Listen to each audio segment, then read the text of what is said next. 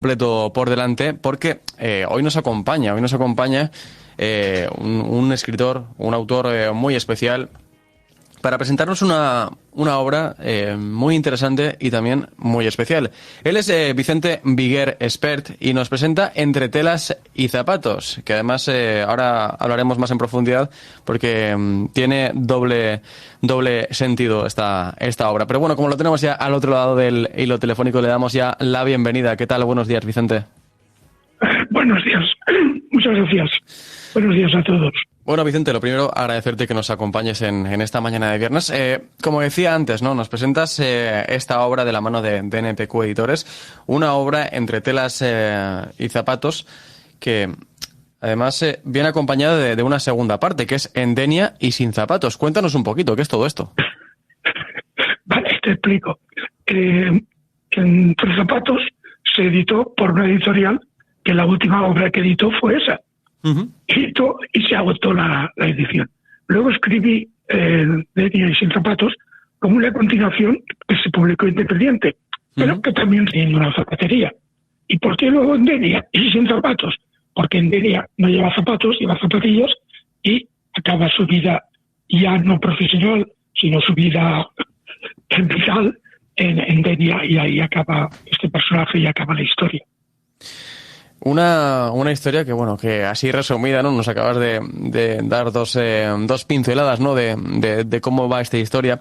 Una historia que está escrita en dos partes. Vamos primero, si te parece, a Entre telas y zapatos. Una historia en la cual vamos a encontrar, bueno, pues una trayectoria vital, ¿no? De una persona que, tras muchos años trabajando en ese ramo textil, llega a regentar una tienda de zapatos y se afinca en Alsacia. Cuéntanos un poquito. Bueno, pues eso, consecuencia de esa trayectoria vital. El principio de este personaje es modesto, pero va escalando posiciones hasta llegar a la gerencia de una importante empresa textil de Lyon. Y bueno, ahí se desarrolla toda una serie de episodios de relaciones internacionales, del textil, de la moda, que creo que está bien plasmado. Llega un momento en que, bueno, las empresas textiles en general en Europa entran en crisis, muchas de ellas, entre ellas la suya, para la que él regentaba, que no era suya, y bueno, se decide a cambiar de vida y eso, comprar una zapatería en un pequeño y hermoso pueblo de Alsacia que quiero ir a visitar este verano, tan al lado de Colmar, y bueno, ahí tiene un incidente porque empuja a un joven magrebí y eso, la herida la dan como una agresión, y ahí viene toda la trama, porque la parte de la novela la escribe en la cárcel previa por su detención, previa a juicio. En ese momento, ¿no? En ese momento en el que el personaje sufre este problema, un problema en Francia, ¿no? Con que también plasma, ¿no? También en la novela esa problemática que existe en Francia con el tema de la inmigración, ¿no? Efectivamente, es un tema importantísimo, y además en el caso se magnifica porque los partidos políticos, especialmente extrema derecha, pero también extrema izquierda, pues meten maza y meten cizaña.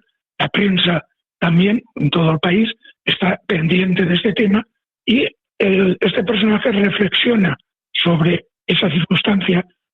Es una parte importante. De hecho, se puede leer de dos maneras.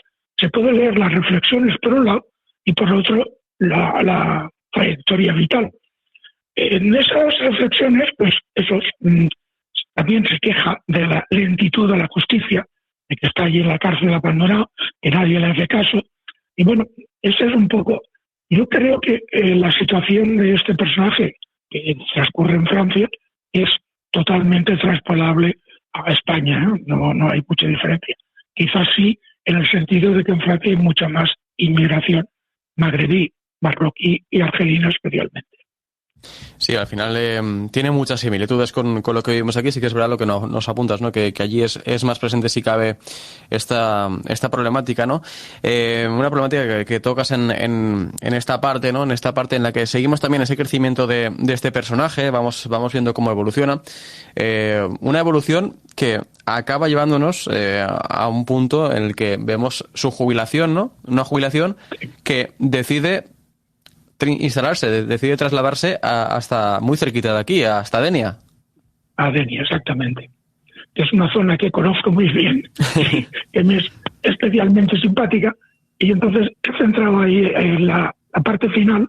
Y en esta parte final, aparte de recordar muchas cosas, hay una serie también varía para mucho más, pero vamos, tampoco quería extenderme tanto, pues al final va a parar a una residencia geriátrica, en este caso de lujo, pero que él se queja, por razón seguramente, de las estancias en las residencias que no son especialmente gratas para las personas que allí residen.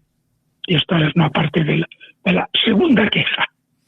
Es al final también una forma de reivindicación, ¿no? Tu escritura, es decir, por un lado, en esa primera parte, ¿no? Nos pones en relieve, nos pones en esta segunda vía también otra denuncia social, y es ese abandono también que se sufre por parte de la gente de la tercera edad.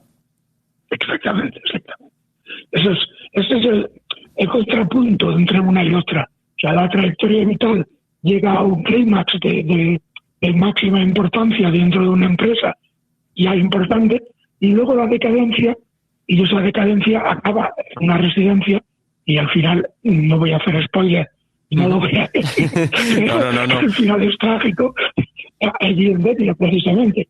Y el tramo final interviene su nieta, Claudette, que es la que retoma el contacto con el abuelo, que está allí solo en la residencia, y es la que nos traslada las opiniones y los comentarios de su abuelo. Un poco también tu objetivo, ¿no?, a la hora de presentarnos y de escribirnos esta novela es precisamente, ¿no?, hacernos reflexionar, ¿no?, que los lectores se pongan a reflexionar acerca de estos problemas. Pues naturalmente, si no tendría sentido. Está bien, no es una novela de aventuras, aunque hay aventuras, pero sí. es una novela para reflexionar sobre las problemáticas que tenemos en la actualidad. Sí, esa es la realidad.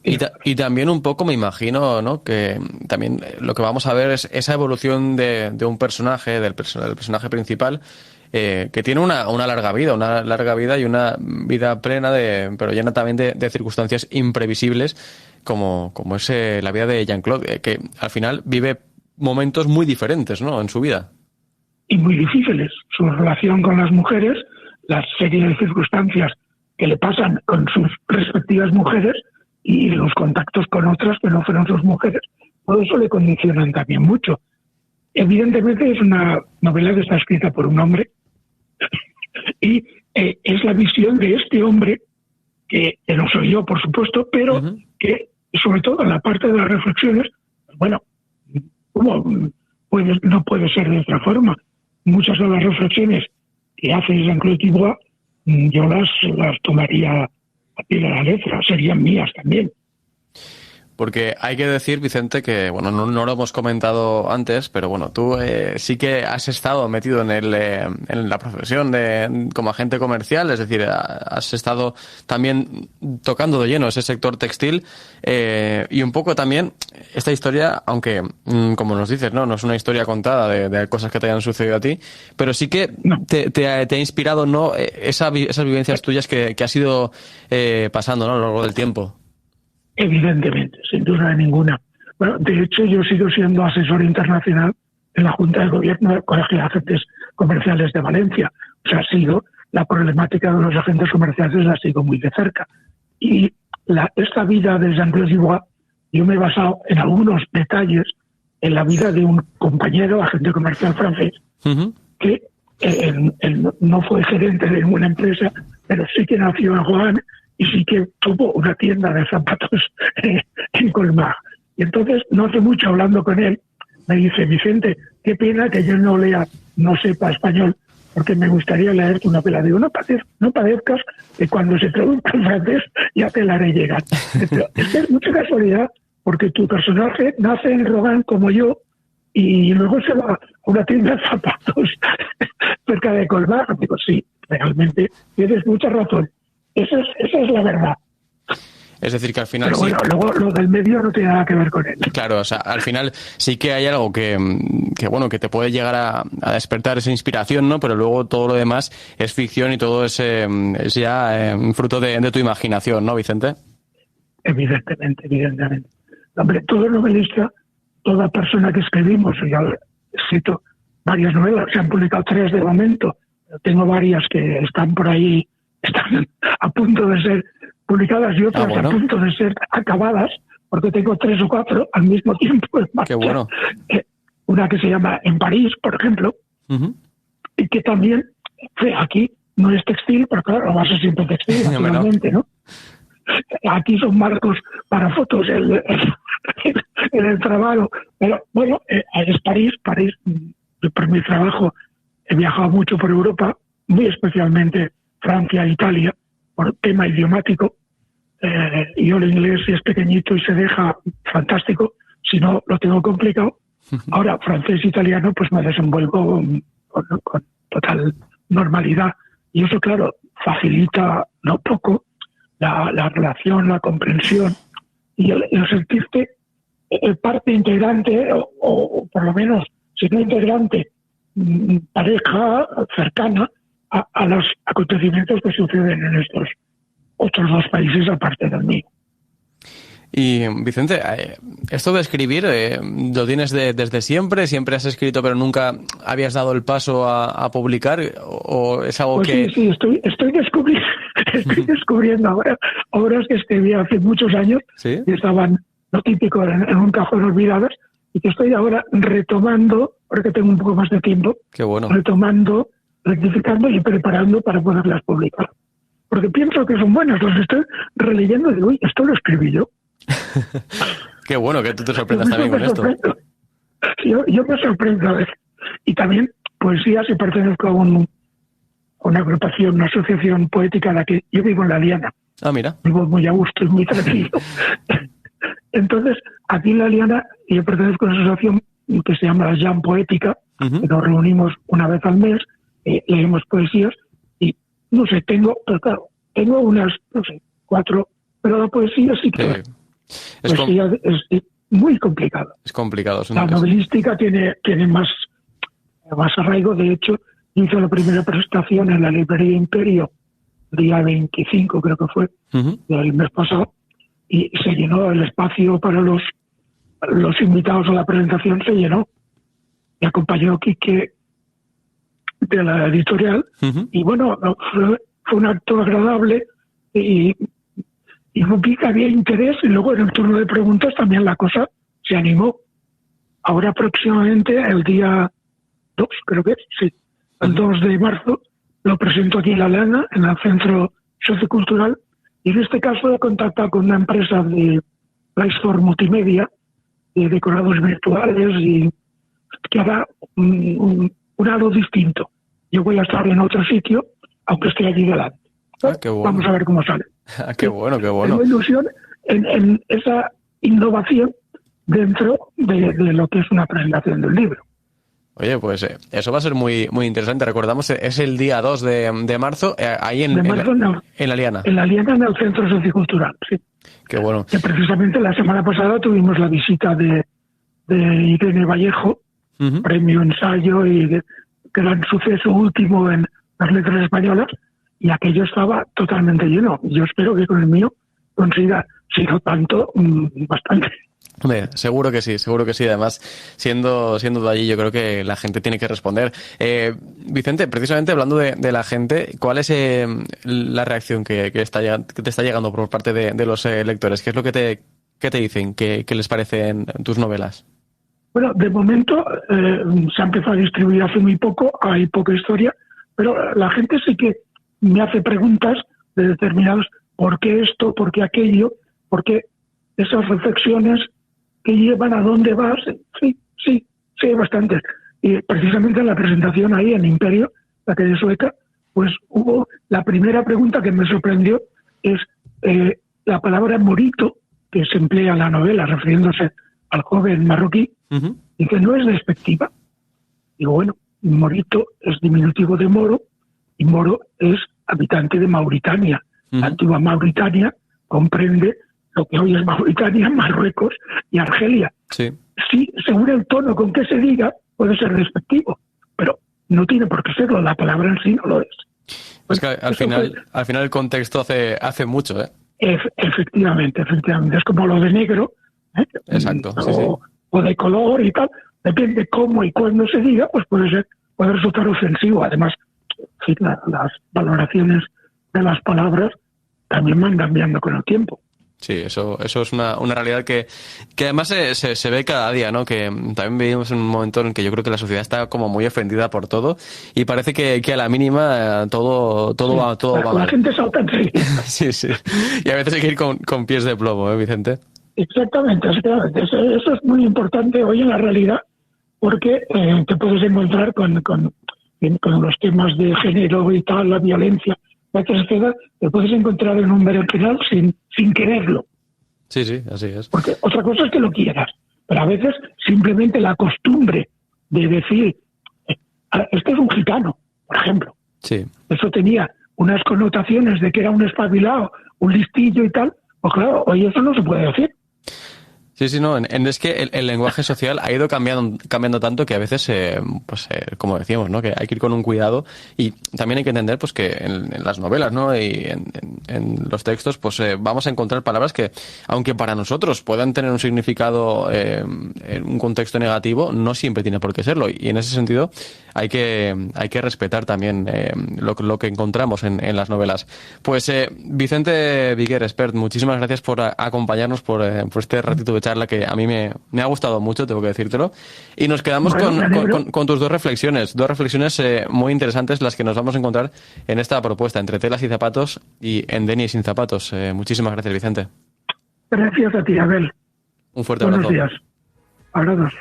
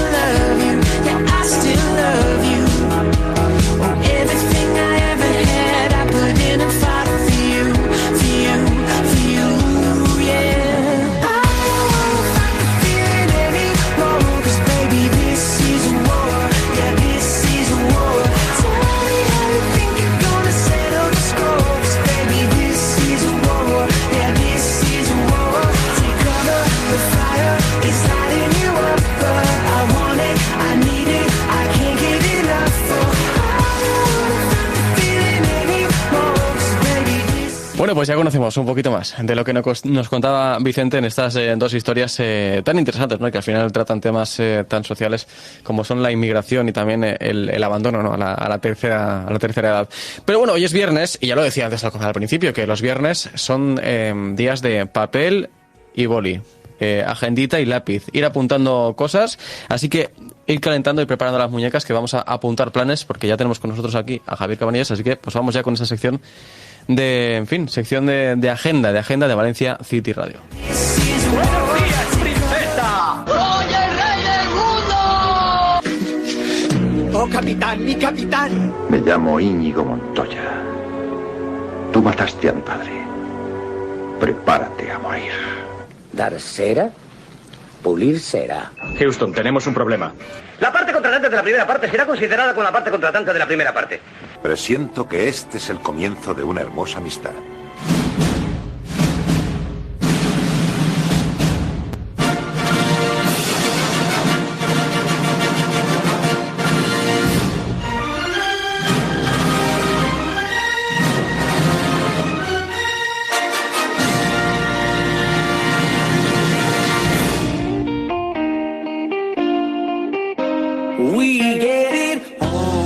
Every night when the moon is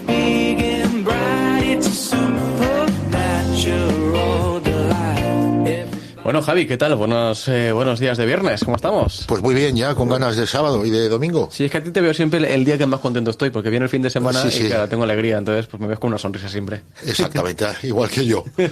Bueno, hoy nos traes también planes muy interesantes, ¿no? Sí, vamos a hacer 3 mini propuestas y vamos a centrarnos luego en una exposición muy chula que hay en Valencia. Mira, la primera, cine. Ah, cine, me que gusta mucho. Sí. Que es Los Fabelman, la última película de Steven Spielberg, que es la más autobiográfica de todas. Él siempre deja